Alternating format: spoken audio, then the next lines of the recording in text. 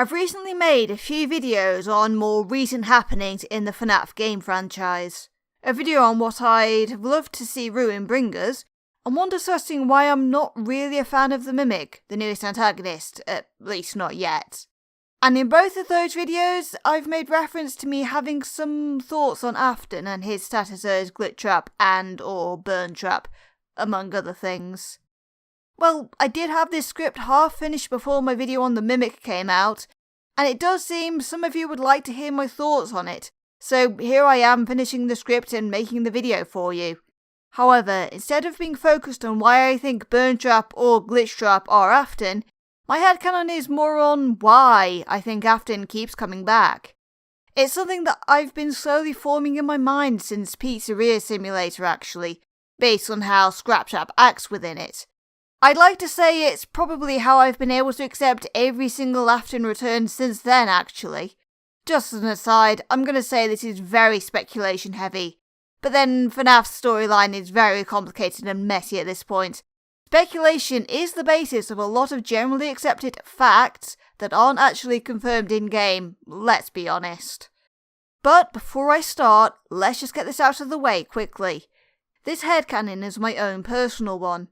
And since I don't really like using book canon to explain game canon, needless to say, the Mimic doesn't really get much of a look in, I'm afraid. I like to keep the canons separate because, honestly, if it's all canon, the storyline gets even more complicated to follow. My thoughts on that are that the same pieces can appear in each different universe, but that doesn't necessarily mean their own personal story will play out in exactly the same way. Henry's a good example of this, dying at different times and in different ways in each canon, as right now it seems pretty much confirmed that Cassette Man was Henry, and handling his daughter's death differently in each canon too. So yeah, no mention of the Mimic, sorry. This video is also going to include a bit of theory as well as a retelling of some of the timeline seen through the lens of my headcanon, so keep that in mind. And with that out of the way, let's get started.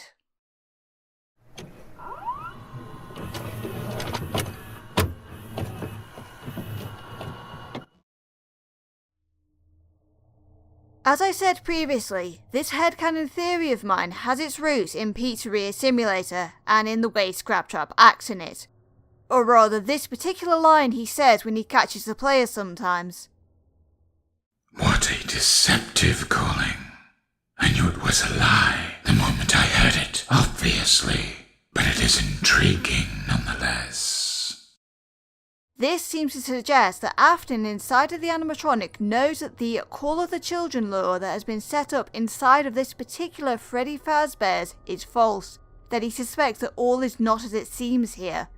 Notably, none of the other three threats seem to share this awareness. Scrap Baby does mock the player not knowing their employer's identity, although the dialogue from the ending does show that she still bought the lie about there being children there for them to brutalise. Lefty's dialogue consists mostly of them attempting to calm the player before seemingly entrapping them, as they had already done to the puppet. Though there is some debate about whether the line where they tell the player that it will be over soon could mean they know little more than they let on about Cassette Man's plans, although that's a stretch. Molten Freddy is just happy to find and kill the player, with no signs he has any idea that this is a trap. But then, if Afton knows something is up, that they've been called here but not for the reasons presented up front, why does he come? I began to think, this game talks a lot about how each of the robots has been drawn to this building. Lefty is confirmed through the blueprints we see in the Insanity ending to have been built specifically to draw in, capture and confine the puppet and bring them to this place. Scrap Baby and Molten Freddy both contain robots built for the purpose of capturing and killing children, designed by Afton himself, so they came to do what they were designed for, as Scrap Baby puts it. Even if it's hinted Elizabeth has asserted her consciousness more in Scrap Baby than she did when the robot was still Baby, it also seems like the baby consciousness has merged with Elizabeth, which has resulted in a being who knows she was designed to prey on children, and yet still calls William Afton her father and seeks to make him happy. But Afton? He hints that it's curiosity, and honestly after over 30 years trapped inside of the Spring Bonnie costume, it's very likely that Afton has indeed lost his mind, and with it his sense of danger. While it does seem in character for him, and there is also an argument that he is being affected by his own animatronic, well, as far as we're aware, Spring Bonnie wasn't built like the Fun Times. Spring Bonnie is a Springlock suit, a combination robot and suit, and we've never had any indication that they were ever a killer while in robot mode, only when Afton wore him as a suit. So is it really only curiosity that drew Afton in? Did William really walk into the trap of his own free will? For me, the answer is that he thought he did, but was in reality drawn in just as Scrap Baby and Molten Freddy were, by the sound of children he couldn't resist. It was just for a different reason than the other two. Let me explain. We're all familiar with what happened to turn William Afton from man to undead animatronic murderer. The Between Night minigames of FNAF 3 show us how one by one the original 4 animatronics of the FNAF 1 location were taken apart by Afton, who hid in the room no animatronic could enter because it wasn't on their programmed map. Funny thing is that in the game he doesn't actually have any sort of tool or implement for dismantling the robots, yet the video for the living tombstones die in a fire seems to have cemented Afton using an axe to smash them. Not important to the theory, but I thought I'd point it out as it's a good example of how the fandom really has shaped big parts of FNAF's perceived story. Anyway, after the 4 are dismantled, we then play as one of the ghostly children, and with the others, chase Afton into the Spring Bonnie suit which malfunctions and skewers him, starting the roughly 30-year process that would result in the now renamed Springtrap being discovered and removed to Fazbear's Fright in the future. And as Springtrap, what does he do? He stalks the player in an attempt to get to them and, theoretically, murder them too. I say theoretically because we don't really get to see the result of what happens after a game over, but it's very likely that Afton does kill the player. Unfortunately, FNAF 3 doesn't really give us much to work with as far as Afton as Springtrap's character, motivation, thoughts, anything really. We learn that before he was springlocked, he was a bit of a cheater, given that he does hide in the safe room so the robots can't get at him as he dismantled them. But Springtrap himself just approaches and then gives a jump scare as he catches the player. It is possible though to guess that he takes some pleasure in the hunt, as he keeps to the shadows in the cameras as he approaches, and 2 of the positions he can be stood in outside of the office are this one outside of the main window, and this one where he's peering in the door. It'd be easy to say that this is proof of him merely toying with his prey, ramping up the fear before the kill. But this is pretty much all he shows in this game, a predator-like mentality, only really regaining the ability to speak in Pizzeria Simulator. If some of those noises we hear aren't actually him asking for help as some speculate. And then Fazbear's Fright catches fire and destroys most of the things inside it, putting down Springtrap with it. Except that doesn't happen, does it? We know that Springtrap survived this fire, ending up in that fake Freddy Fazbear's in Pizzeria Simulator as Scrap Trap. Springtrap survived the first fire, when we know that Remnant, the substance we learn is somewhat of a soul-binding substance when placed into inanimate bodies, again in Pizzeria Simulator, is said to break down under sources of extreme heat. If Afton is bound by his own remnant to the Spring Bonnie costume, and we know he didn't seem to be outside of the Fazbear's Fright building when it burned down, just how did he survive this first fire? I propose it's tied to the exact same reason he's later drawn into the fake Fazbears alongside Scrap Baby, Lefty, and Molten Freddy. The same reason he originally just gets back up and starts killing when he is finally released from the back room. His victims didn't just force Afton into the suit to kill him, they did it to bind him to the suit and at the same time stick Afton into a sort of ironic hell. And I'm not talking about the events of Ultimate Custom Night, we'll get to that later. I'd like to divert for a moment to talk about another character who I've mentioned already in this video, the puppet. They're a bit of an enigma. Even now, they've been out of the story since the end of Pizzeria Simulator, at least as far as we're aware. We know that they are canonically possessed by that of the person thought to be Afton's first victim, Cassette Man's daughter, who would be Charlie. They are also responsible for the original 4 animatronics of Freddy, Bonnie, Chica and Foxy becoming possessed by the souls of children Afton would murder later. She also seems to have given a 5th soul the Golden Freddy suit to possess. But the question of quite how they managed to do this is never really elaborated upon. We can guess from the Give Gifts minigame that they placed the bodies into the animatronics, and maybe there was remnants in there to give them life through the robots, but this isn't confirmed. Some even theorise that Remnant is molten soul metal made from the original 4, something that happens in the 3 FNAF novels. And if this is the case, then Remnant wouldn't be the answer. I also think that by the time the puppet would have found the bodies, the souls would have already passed on and be unable to be drawn back to reality by Remnant anyway. In fact, how Charlie manages to bind her soul to the security puppet is never made clear either, even if we see the animatronic collapse over her body. At this point, there doesn't seem to be a quote-unquote scientific reason, so we have to fall back onto the other element of FNAF, paranormal. The puppet seems to have supernatural powers somehow as a result of the possession, and I do think that the way they brought the others back to life was through these powers. We don't quite know how they work, but allow me to speculate. I've often felt that the thing keeping the souls bound to the real world were the actual bodies of the animatronics. This is why the 5 children in the originals are still trapped in FNAF 3, even though the robots themselves were dismantled. Together or apart, the physical parts still existed in the bits of suit and other metallic bits we see decorating Fazbear's Fright. I think this is what the puppet's gift does, putting the soul into the physical substance of the animatronic body as opposed to having remnants being the thing holding them there. And the only thing that can break this binding is by giving that soul peace, or resolving whatever compulsion is keeping them stuck. Typical ghost stuck on Earth stuff, not being able to move on until they finish some unfinished business. For the children, this seems to have been not only avenging themselves on their murderer, but giving them that party that they didn't get to attend. Getting back on track with the puppet, despite not being in FNAF 1, we know through the between-night cutscenes of FNAF 2 that they are there in that location too.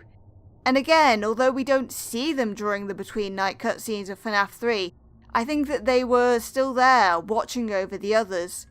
I believe that they used their abilities, maybe bolstered by the other spirits, to bind Afton not only to the Spring Bonnie costume, but also to his own flesh body so he could suffer the pain of the spring locking forever.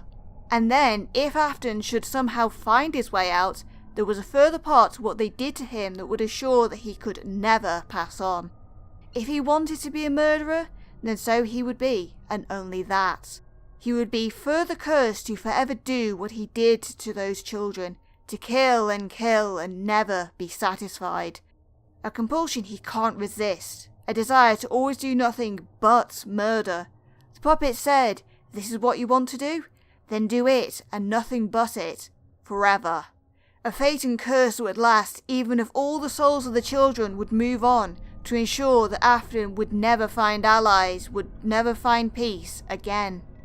But the puppet's soul was that of a child, a mind much more inclined to simple black and white, and her curse seems to have worked well. Too well. The compulsion to kill, the curse to forever march towards a chance to murder, it kept him coming back, compelled to hunt and kill even though he was in horrible pain. But then the attempt to burn down Fazbear's Fright happened, and as he wasn't remnant animated but rather bound by the ghost, the fire didn't do anything more than burn away some of the Spring Bonnie costume and some of the corpse inside. Now lacking most of his rotting flesh, Afton no longer had to suffer as much from the pain part of the curse, and was able to regain some sense of himself. However, his need to forever hunt, stalk, kill would remain, and thus he would end up inside the trap of the fake Fazbear's Pizzeria, even though he knew the presented front was a lie. kidding himself that it was merely curiosity that drew him inside, when it was just that ever-gnawing need to kill. I genuinely think he enters into the trap of his own free will because he can no longer help himself. But then the trap was sprung and Scraptrap along with the others burned. And this is where it gets more confusing because at this point someone else interfered, and thus the journey of Afton and his cursed self splits into more than one path. I do believe in the theory that says Ultimate Custom Night is Afton being trapped in a hell of his own making, forever made to fight off hostile beings created by both his own hands and by his actions. Who puts him there though, whether that be Cassidy or another vengeful soul he killed, or who has a grudge against him, I'm not 100% sure. I do however suspect that whoever it is acted independently from the puppet / Charlie's own wishes, and those are the souls who gathered in the safe room that night to trap Afton inside of Spring Bonnie. This soul wanted to torment Afton personally, and much more thoroughly than the others, and thus at the point of Scraptrap's burning interfered and took the man's soul from the cursed and broken body, separating Afton's mind from his body. And that's where it remains to this day, forever reliving the loop of UCN, at least as far as we're aware. But Afton's body, the burned, rotted, skeletal corpse trapped inside the pieces of Spring Bonnie, that remained still. Even if Charlie and the others had moved on by this point, again as far as we're aware, their curse was eternal. The body would still be compelled to rise again, move again, forever seeking to kill and satisfy the itch. Except I do think that this time, with no exit, this fire would have been a lot more effective on Scraptrap and Afton's body, reducing it to a few twisted metallic pieces with little of the corpse remaining. What little of Afton remained in these pieces would be mostly consumed by the need to seek and kill, but be unable to fulfill any of these urges anymore due to the state they were in. Essentially, while Afton's conscious mind was in the looping torment of forever being forced to defend against manifestations of his twisted creations, Afton's body was stuck in another kind of torment, unable to fulfill that gnawing, driving need to hunt, their only desire, unable to ever be fulfilled again. And it would have stayed that way, if not for an extra complication of the puppet's curse. Again, I think that the puppet's way of tethering a soul involves binding the soul to the physical body they are placed into, sinking into all parts until that soul's unfinished business gets resolved. And since I think the puppet had some hand in Afton's fate, even if it was through the 5 souls, Afton's soul too ended up stuck inside the parts of Spring Bonnie with a compulsion so strong that he could never settle his unfinished business and move on. So even after it was separated and whisked away to the place of Ultimate Custom Night, some of it still lay dormant inside the parts of the old robot / costume that he had shed through the years. Maybe a piece that had become detached somewhere along the way to his transformation into Scraptrap, or possibly even before Springtrap was moved from the boarded up safe room. This part was found by Fazbear Entertainment during their hunt for things to scan in for the making of the game, the Freddy Fazbear Virtual Experience to save their reputation, the one we know as Help Wanted. Somehow, upon the scanning of the old circuit boards, the bit of soul stuck to it copied over as code. This code attached itself to the logs being made by one of the beta testers of the game and being hidden outside of the game's main coding, becoming a malicious virus-like yellow rabbit character that could think for itself, the entity we now know as Glitchtrap. Glitchtrap, or Afton now, found themselves alive again in a form, and entirely free of the rotting form he had been tied to by his own victims so long ago. However, he was now trapped in another way. He was stuck inside of this game, unable to affect the world outside, and he needed to get out. I think that some part of the need to kill remained inside of this consciousness made of code, but I don't think it was quite as gnawing as it once was. It was still Afton's soul in some way, but changed and lessened and outside of the robot parts that held the souls to the mortal plane.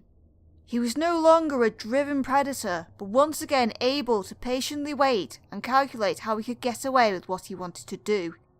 Eventually he would find his way out of the game by connecting with Vanessa, but rather than do the soul switch he wanted to do, Vanessa managed to use the method she developed to keep him somewhat at bay.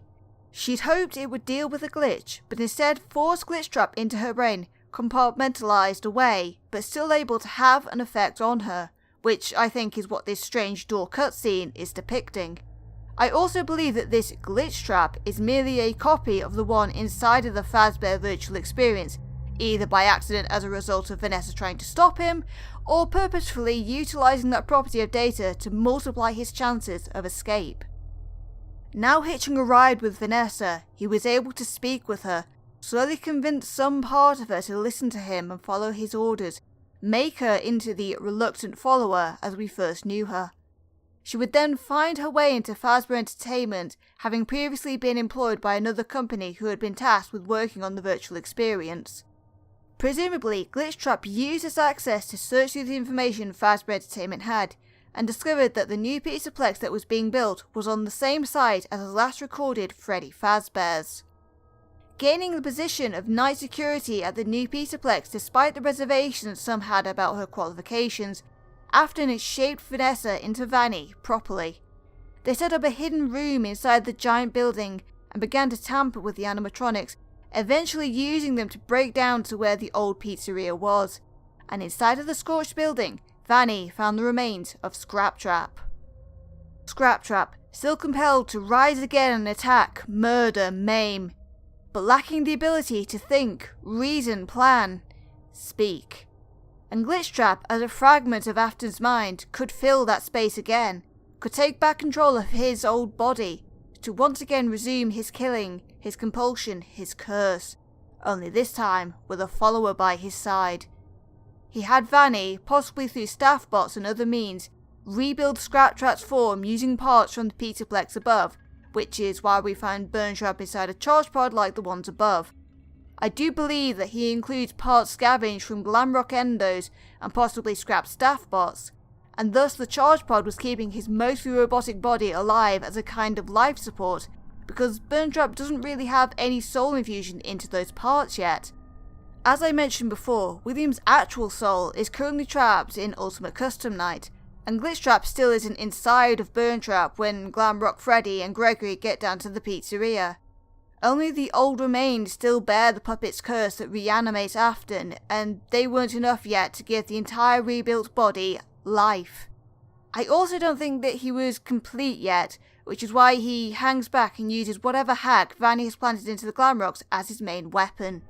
Also, his shambling slow walk in that ending cutscene kind of suggests that this body is very, very unoptimized yet. And obviously at the end of the Burntrap ending, we see that the body is abducted by Tangle, and still uninhabited by the fragment of soul that is Glitchtrap. And this is where we end my certainty over my little headcanon. At the moment, I'm unsure what the status of the parts of Glitchtrap are. The endings of Help Wanted 2 seem to suggest two things.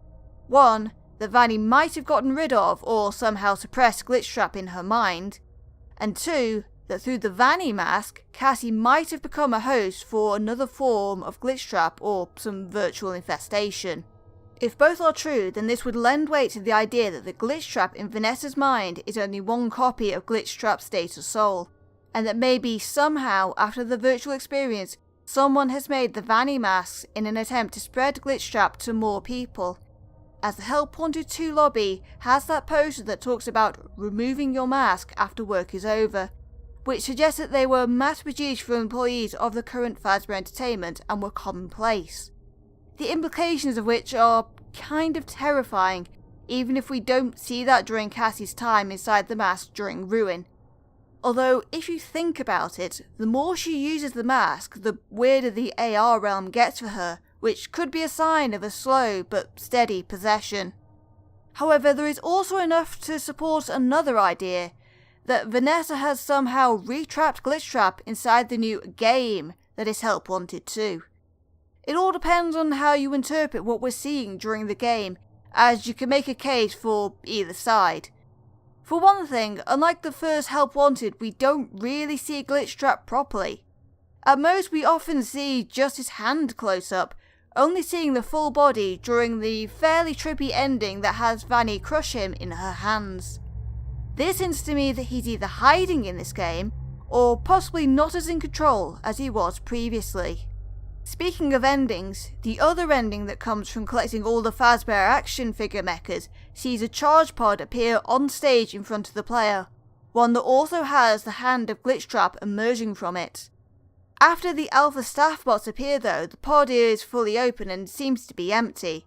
Then the player is reached for by the robots and, well, suddenly we're seeing it from the mask bot's perspective. This could mean that this is another soul swap method that is being used to hijack bodies, one that is more effective than the prior because Glitchtrap's been keeping out of sight and thus been unable to be planned against. All the alpha staff bots, sometimes associated with Vanny, are there as a security measure to stop the Yellow Rabbit escaping again, doing whatever is necessary to prevent it, even if that means trapping more souls. I also wonder if the ending that sees him crushed by Vanny might not just be a show for us. The dolls that are required to access that ending require certain actions, and as stated before, we often just see Glitchtrap's hand or arm throughout the game, usually being the one to give us those same dolls. Why would he give us the tools that would allow us to see him destroyed? So, at present, the situation I think we find ourselves in is that we have William Afton, cursed by children to forever have his compulsion to kill, the long-running consequences of this being his always coming back, which I doubt was intentional. At the point of the pizzeria simulator fire, the body and the conscious aware part of Afton's soul became separated, and the aware part trapped in a living continuous nightmare, while the body remained awake and compelled to hunt, but unable to do so. However, a further wrinkle in the curse allowed some soul to infect parts of the spring bodysuit, a part of which was scanned for the virtual experience and became Glitchtrap to once again maybe bring an awareness back to Afton's body, provided he could escape the game. Vanessa is possessed through this game, but has quite possibly managed to beat the digital soul at this point. But I feel the new method of possession has switched to the Vanny masks, which slowly take hold over time as opposed to the quick grab and switch of the game. As to who created the masks, we don't know at this time. Maybe Vanny, maybe someone else who was possessed through the game who we're not yet aware of. Of course, as discussed, you could also make a case for Glitchtrap still body swapping, just more sneakily this time, or potentially even that he's stuck inside another game, guarded by security measures meant to prevent him from ever breaking loose again. It's uncertain, as is much of FNAF's story.